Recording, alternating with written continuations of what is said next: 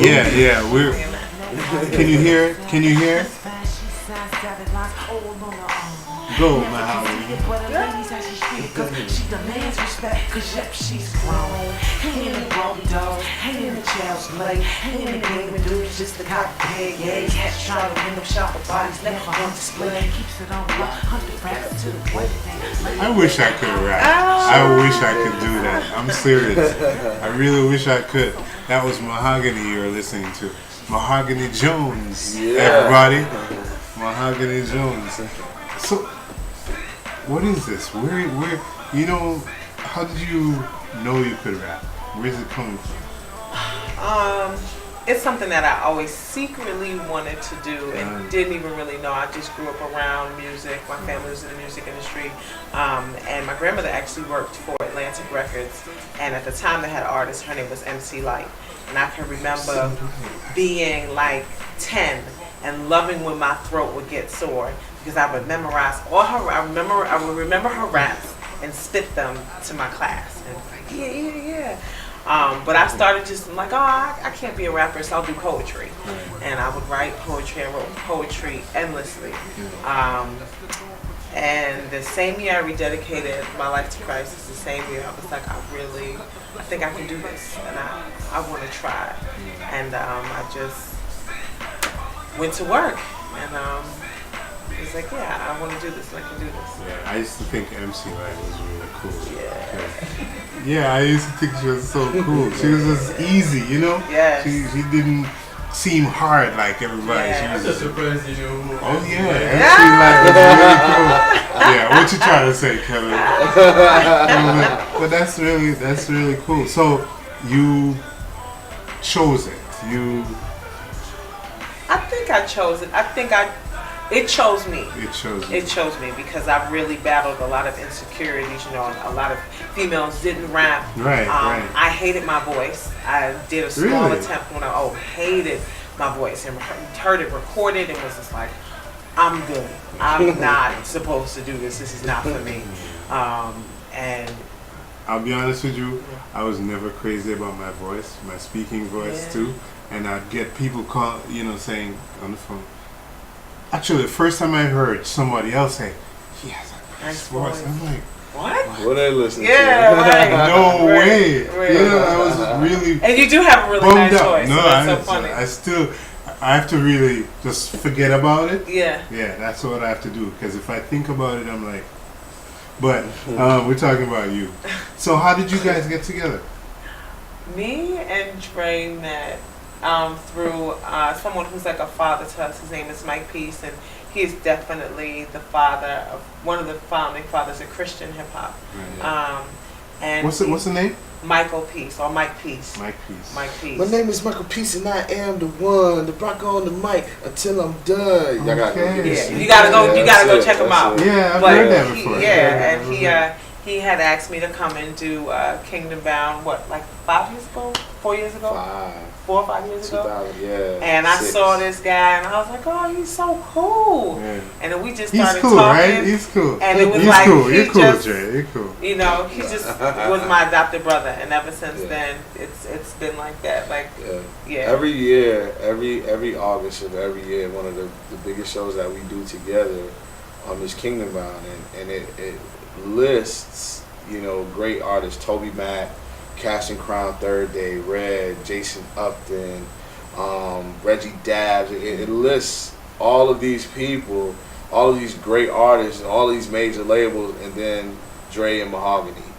As a group, really, people think that we're a group, and that we. So you guys, and it's like we're actually just we're two people who love God and love music, and he's put us together as family.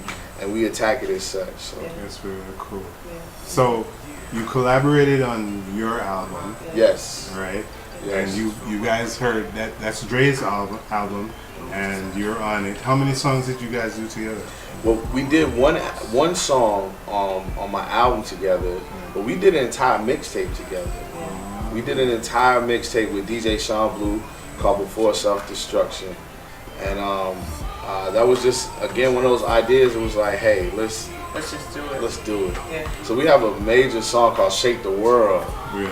That just it's still probably my favorite song. It's probably one of my favorites. So yeah. So that's just on the mixtape. Yes, but the mixtape is free. Yeah. Yeah. Did you hear that, y'all? Mixtape is free. Kevin gave a big thumbs up. Mixtape is free, y'all. Free. Yeah. Free. I mean, that's free amazing. 99. Free 99. Wow. Free 99.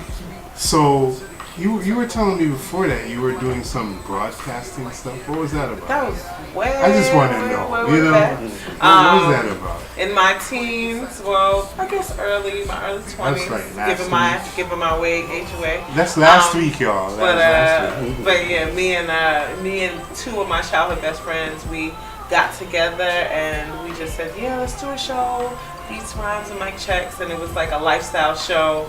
It was like Beavis and Butthead meets MTV. So we would just bug out, we would be silly together, hang out, and then we would do music interviews and have musical guests. It was radio?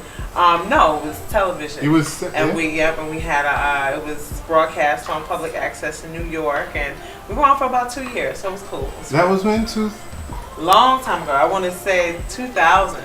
So long time ago. Man, I used to scan public access all the time, so I probably saw you in the Maybe. Wow. Yeah, can you imagine if I had seen that? Yeah. Go, that was you? That was you. really, really cool. So, okay. You are pretty, how would I say that? Pretty popular in South Florida. Me? Yeah. I am? Yes, you are. He's pretty popular in South Florida. Lovely. Yeah. What are your aspirations? I mean, I know in general you want to reach people. I know that. But in order to reach people, you need territory. You need, in terms of aspiration, where do you want to go? Is it you'd love to be just U.S. based? You want to be, the outer reaches of Florida, or give me a perspective of what the truth is, music has allowed me to travel the world. My passport is stamped. Just simple as, Haiti 2 weeks ago, Bahamas in 2 weeks, Jamaica in a few weeks after that. I mean, there's nothing that, that anybody should ever do just to be okay at it. My goal is greatness. Matter of fact, if you're good, that's usually an enemy to greatness, because if you're just good, you're really settling. Like, why wouldn't you want to be the best? So, I want a Grammy. Who doesn't? I don't want to get into all the, you do it for God and all this stuff. If I didn't do it for God, I wouldn't do it. But in doing it for God, why not be at the greatest and the highest possible place of doing it? I'm one of those people, I believe that if you tell me I have potential, I feel like you just disrespected me. I don't want to have potential. I want to be that great, I wrote something today. I don't know if you guys read it, where I said, talent, right, is talent unused is potential. Mm-hmm. Potential is having gas in a car and not driving and taking a bus. Yeah. Potential is having the car running with it, sitting in it with it in neutral. If you don't use your talent or your potential, you're wasting it. Yeah. And it costs you more. A couple years ago in 2007, I actually did my first film. It was an independent movie. It's called Just Like Fire. And the director, his name is James Carey. At the time, he had this saying, and it really changed my life, but he said, die empty. And I was like, what? He was like, die empty. And, he went on to explain that the graveyard was full of books that people had never wrote, and songs that people had never sung, and inventions that people had never created. And so, I took it to heart, because not only die empty, but as a believer, God has created us for a purpose.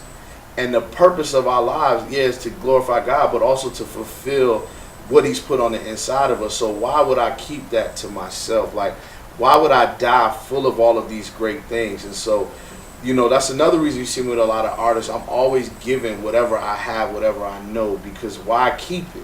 Why die with it? And not, you know what, you know, if Martin Luther King died without what he did, or if Malcolm X died without what he did, or if Gandhi died without what they did, and, you know, what if these people, the guy who created television, what if he died before creating television? And the good thing about God is he still will fulfill that through someone else.